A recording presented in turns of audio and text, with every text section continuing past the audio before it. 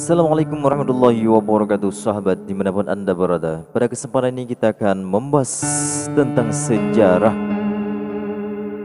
sejarah masuknya Islam ke Indonesia.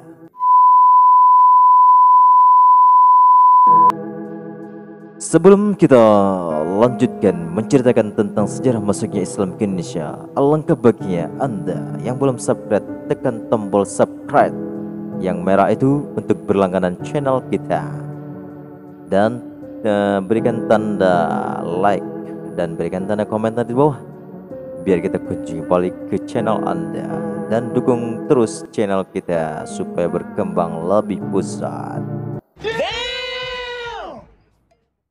Terima kasih banyak pendengar setia dimanapun anda berada. Berbicara tentang sejarah, pada umumnya generasi-generasi muda kita ini masih kurang sadar akan sejarah dan sampai beranggapan bahwa sejarah itu tidaklah penting. Nyatanya, negara kita yang mayoritas beragama Islam tak bisa dilepaskan dari sejarah.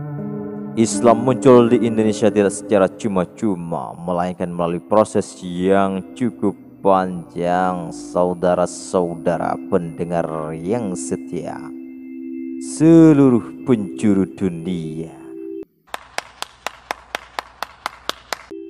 Secara terminologis, sejarah diangkat dari bahasa Arab syajaratun, yang berarti pohon. Secara terminologis saja, kata ini sudah menggambarkan pendekatan ilmu sejarah yang lebih analogis, karena memberikan gambaran pertumbuhan peradaban manusia dengan pohon yang tumbuh dari biji kecil menjadi pohon yang besar, rindang dan berkesinambungan. Saudara-saudara pendengar setia dimanapun anda berada, oleh karena itu, untuk dapat menangkap pelajaran, maksud atau pesan-pesan sejarah di dalamnya, kita memerlukan kemampuan untuk menangkap pesan-pesan yang tersirat sebagai ibarat. Indonesia merupakan negara kesatuan dengan masyarakat yang mayoritas beragama Islam atau Muslim, dan merupakan negara dengan mayoritas terbesar umat Muslim di dunia. Berdasarkan data dari sensus penduduk pada tahun 2020 menunjukkan bahwa 87,18% atau 207 juta jiwa dari total 238 juta jiwa penduduk Indonesia beragama Islam. Saudara-saudara, dimanapun anda berada, itulah angka untuk penduduk mayoritas beragama Islam di Indonesia.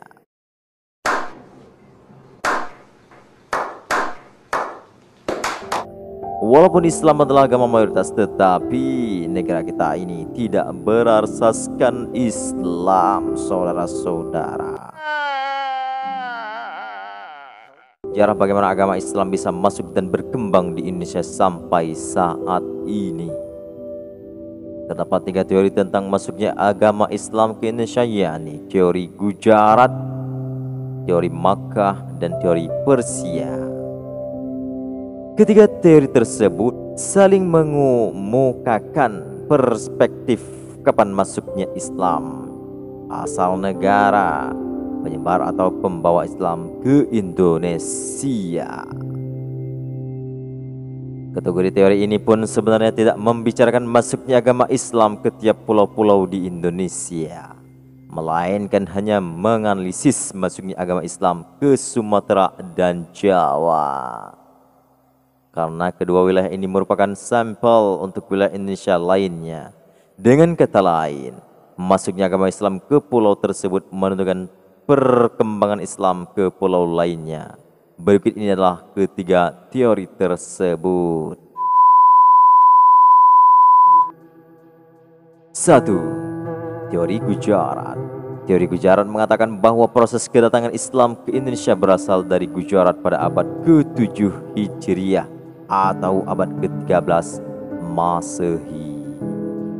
Gujarat ini terletak di India bagian barat berdekatan dengan Laut Arab. Tokoh yang menosialisasikan teori ini kebanyakan adalah sarjana dari Belanda. Sarjana pertama yang mengemukakan teori ini adalah J.P. Napel dari Universitas Leiden pada abad ke-19. Saudara-saudara, pendengar yang setia dimanapun Anda berada. Menurutnya, orang-orang Arab bermazhab Syafi'i telah bermukim di Gujarat dan Malabar sejak awal Hijriah abad ke-7 Masehi. Namun yang menyebarkan Islam ke Indonesia menurut Bijnapel bukanlah dari orang Arab langsung, melainkan pedagang Gujarat yang telah memeluk Islam dan berdagang ke dunia timur termasuk Indonesia. Dalam perkembangan selanjutnya, teori Bijnapel ini diamini dan disebarkan oleh seorang orientalis terkemuka Belanda, Snorkhard Ranger. Maaf bila salah saya dalam mengucapkannya. Menurutnya, Islam telah lebih dahulu berkembang di kota-kota pelabuhan anak benua India. Orang-orang Gujarat telah lebih awal membuka hubungan dagang dengan Indonesia dibanding dengan pedagang Arab.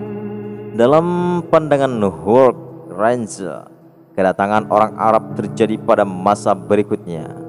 Orang-orang Arab yang datang ini kebanyakan adalah keturunan Nabi Muhammad SAW yang menggunakan gelar Sayyid atau Syarifah di depan namanya.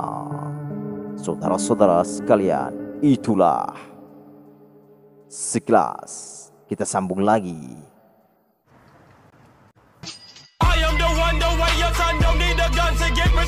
Teori Gujarat kemudian juga dikembangkan oleh J.P. Mokweta 1912 yang memberikan argumentasi dengan batu nisan Sultan Malik Al-Saleh yang wafat pada tanggal 17 Zulhijjah 830 Hijriah atau 1297 Masehi di Pasai, Aceh. Menurutnya, batu nisan di Pasai dan makam Maulana Malik Ibrahim yang wafat tahun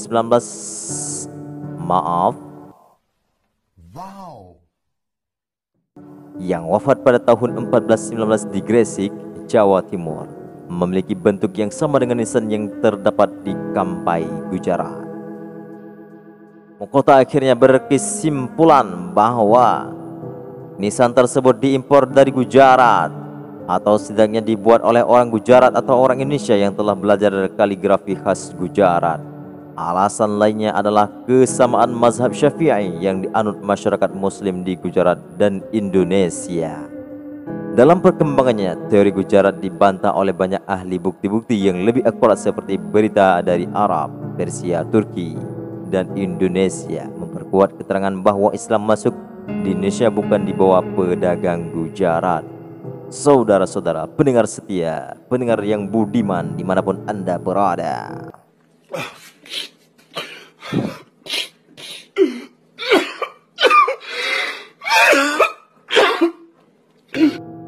Sejarawan Az-Yumardi Azra menjelaskan bahwa Gujarat dan kota-kota di anak benua India hanya tempat persinggahan bagi pedagang Arab sebelum melanjutkan perjalanan ke Asia Tenggara dan Asia Timur.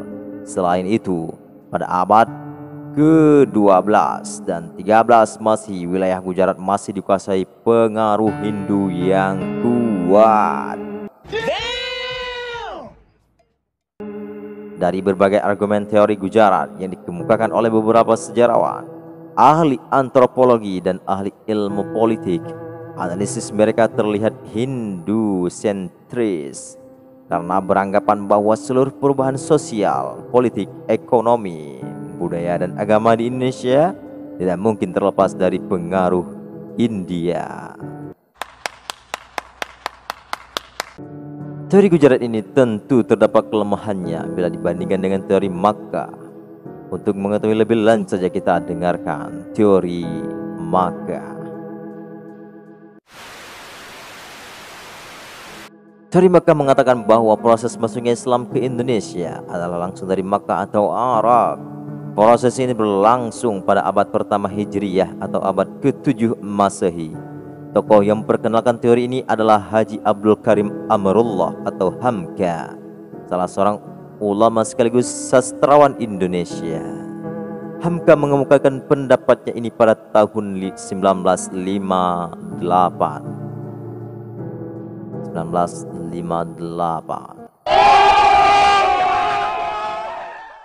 Saat orasi yang disampaikan pada Dies Natalis Perguruan Tinggi Islam Negeri atau PTIN di Yogyakarta, ia menolak seluruh anggapan para sarjana barat yang mengemukakan bahwa Islam datang ke Indonesia tidak langsung dari Arab.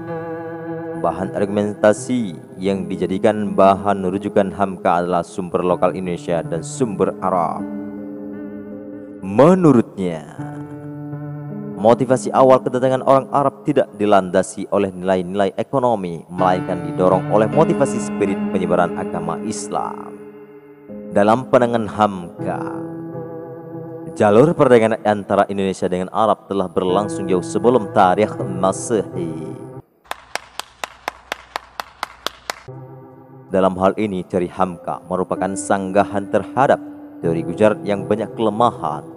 Ia malah curiga terhadap prasangka-prasangka penulis orientalis barat yang cenderung memojokkan Islam di Indonesia. Saudara-saudara, penyimak dan pendengar setia, jangan lewati dulu karena masih ada sambungannya lagi, biar ceritanya tidak karuan nantinya. Penulis barat, kata Hamka, melakukan upaya yang sangat sistematik untuk menghilangkan keyakinan negeri-negeri Melayu tentang hubungan rohani yang mesra antara mereka dengan tanah Arab sebagai sumber utama Islam di Indonesia dalam menimba ilmu agama. Dalam pandangan Hamka, orang-orang Islam di Indonesia mendapat Islam dari orang-orang pertama atau orang Arab, bukan dari hanya sekedar perdagangan. Pandangan Hamka ini hampir sama dengan teori Sufi yang diungkapkan oleh Jones yang mengatakan bahwa para musafirlah kaum pengembara yang telah melakukan Islamisasi awal di Indonesia. Kaum Sufi biasanya mengembara dari satu tempat ke tempat lainnya untuk mendirikan kumpulan atau perguruan tarekat. Terdapat fakta menarik dalam hal pelayaran bangsa Arab yang tulis oleh D.W. Arnold. Who are you? Menyatakan bahwa bangsa Arab sejak abad kedua sebelum Masehi telah menguasai perdagangan di Ceylon. Jika kita hubungkan dengan penjelasan kepustakaan Arab kuno yang menyebutkan Al-Hind berarti India atau pulau-pulau sebelah timurnya sampai ke Cina, dan Indonesia pun tersebut sebagai pulau-pulau Cina, besar kemungkinan pada abad kedua sebelum Masehi bangsa Arab telah sampai ke Indonesia. Hanya penyebutannya sebagai pulau-pulau Cina atau Al-Hind. Bila memang benar telah ada hubungan antara bangsa Arab dengan Indonesia sejak abad kedua sebelum Masehi, maka bangsa Arab merupakan bangsa asing pertama yang datang ke Nusantara. Saudara-saudara pendengar yang setia. Selanjutnya, yang ketiga, teori Persia. Teori Persia mengatakan bahwa proses kedatangan Islam ke Indonesia berasal dari daerah Persia atau Parsi atau kini dikenal dengan Iran. Pencetus dari teori ini adalah Hossein Jadinangrat. Wait a minute. Who are you? Pencetus dari teori ini adalah Hossein Jadiningrat, sejarawan Banten. Dalam memberikan argumentasinya, Hossein menitik beratkan analisisnya pada kesamaan budaya dan tradisi yang berkembang antara masyarakat Parsi dan Indonesia. Kesamaan budaya ini dapat dilihat pada masyarakat Islam Indonesia antara lain: pertama, peringatan sebelum Muharram atau Asyura sebagai hari suci kaum Syiah atau kematian Husain bin Ali, cucu Nabi Muhammad SAW, seperti yang berkembang dalam tradisi tabut di Paremian di Sumatera Barat. Istilah tabut atau keranda diambil dari bahasa Arab yang ditranslasi melalui bahasa Parsi. Kedua, tradisi lain adalah ajaran mistik yang banyak kesamaan. Misalnya, antara ajaran Syekh Siti Jenar dari Jawa Tengah dengan ajaran Sufi Al-Haljaj. Ajaran Sufi Al-Hallaj dari Persia. Bukan kebetulan keduanya mati dihukum oleh penguasa setempat karena ajaran-ajarannya dinilai bertentangan dengan ketauhidan Islam atau murtad dan membahayakan stabilitas politik dan sosial. What the fuck? Ketiga, penggunaan istilah bahasa Iran dalam sistem mengeja bahasa Arab untuk tanda-tanda bunyi harakat dalam pengajian Al-Quran tingkat awal. Huruf Sin yang tidak bergigi berasal dari Persia, sedangkan Sin bergigi berasal dari Arab. Keempat, nisan pada makam Malikus Saleh 1297 dan makam Malik Ibrahim 1419 di Gresik dipesan dari Gujarat. Dalam hal ini teori Persia memiliki kesamaan mutlak dengan teori Gujarat. Kelima, alasan lain yang dikemukakan Hossein yang sejalan dengan teori Mokota, yaitu ada kesamaan seni kaligrafi pahat pada batu-batu nisan yang dipakai di kuburan Islam awal di Indonesia. Kesamaan lain adalah bahwa umat Islam Indonesia menganut mazhab Syafi'i, sama seperti kebanyakan Muslim di Iran. Namun, teori ini sukar untuk diterima oleh Kiai Haji Saifuddin Zuhri sebagai salah satu peserta seminar 1963. Alasan ini dikemukakan adalah jika kita berpedoman kepada masuknya agama Islam ke Indonesia pada abad ke-7, hal ini berarti terjadi pada masa kekuasaan Khalifah Umayyah. Saat itu kepemimpinan Islam di bidang politik, ekonomi, dan kebudayaan berada di tangan bangsa Arab. Sedangkan pusat pergerakan Islam berkisar di Makkah, Madinah, Damaskus, dan Baghdad. Jadi belum mungkin Persia menduduki kepemimpinan dunia Islam. Dari uraian di atas dapat kita lihat perbedaan dan persamaan ketiga teori Gujarat, Makkah, dan Persia sebagai berikut. Antara teori Gujarat dan Persia terdapat kesamaan pandangan mengenai masuknya agama Islam ke Indonesia yang berasal dari Gujarat. Perbedaannya terletak pada teori Gujarat yang melihat ajaran agama Islam mempunyai kesamaan ajaran dengan mistik di India. Sedangkan teori Persia memandang adanya kesamaan ajaran Sufi di Indonesia dengan di Persia. Gujarat dipandangnya sebagai daerah yang dipengaruhi oleh Persia dan menjadi tempat singgah ajaran Syiah ke Indonesia. Dalam hal memandang Gujarat sebagai tempat singgah bukan pusat sependapat dengan teori Makkah. Tetapi teori Makkah memandang Gujarat sebagai tempat singgah perjalanan perdagangan laut antara Indonesia dengan Timur Tengah. Sedangkan ajaran Islam diambilnya dari Makkah dan atau dari Mesir. Walaupun dari ketiga teori ini tidak dapat titik temu, namun mempunyai persamaan pandangan, yakni Islam sebagai agama yang dikembangkan di Indonesia melalui jalan damai.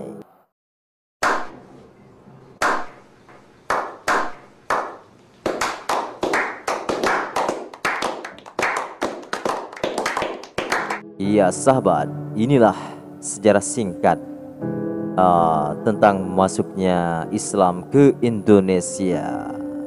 Terima kasih Anda sudah mendengar dan menyimak video sejarah ini. Apabila ada kekeliruan, mohon komentarnya di bawah biar kita perbaiki sama-sama. Terima kasih banyak, kita akhiri. Assalamualaikum warahmatullahi wabarakatuh. Sampai jumpa di sejarah selanjutnya.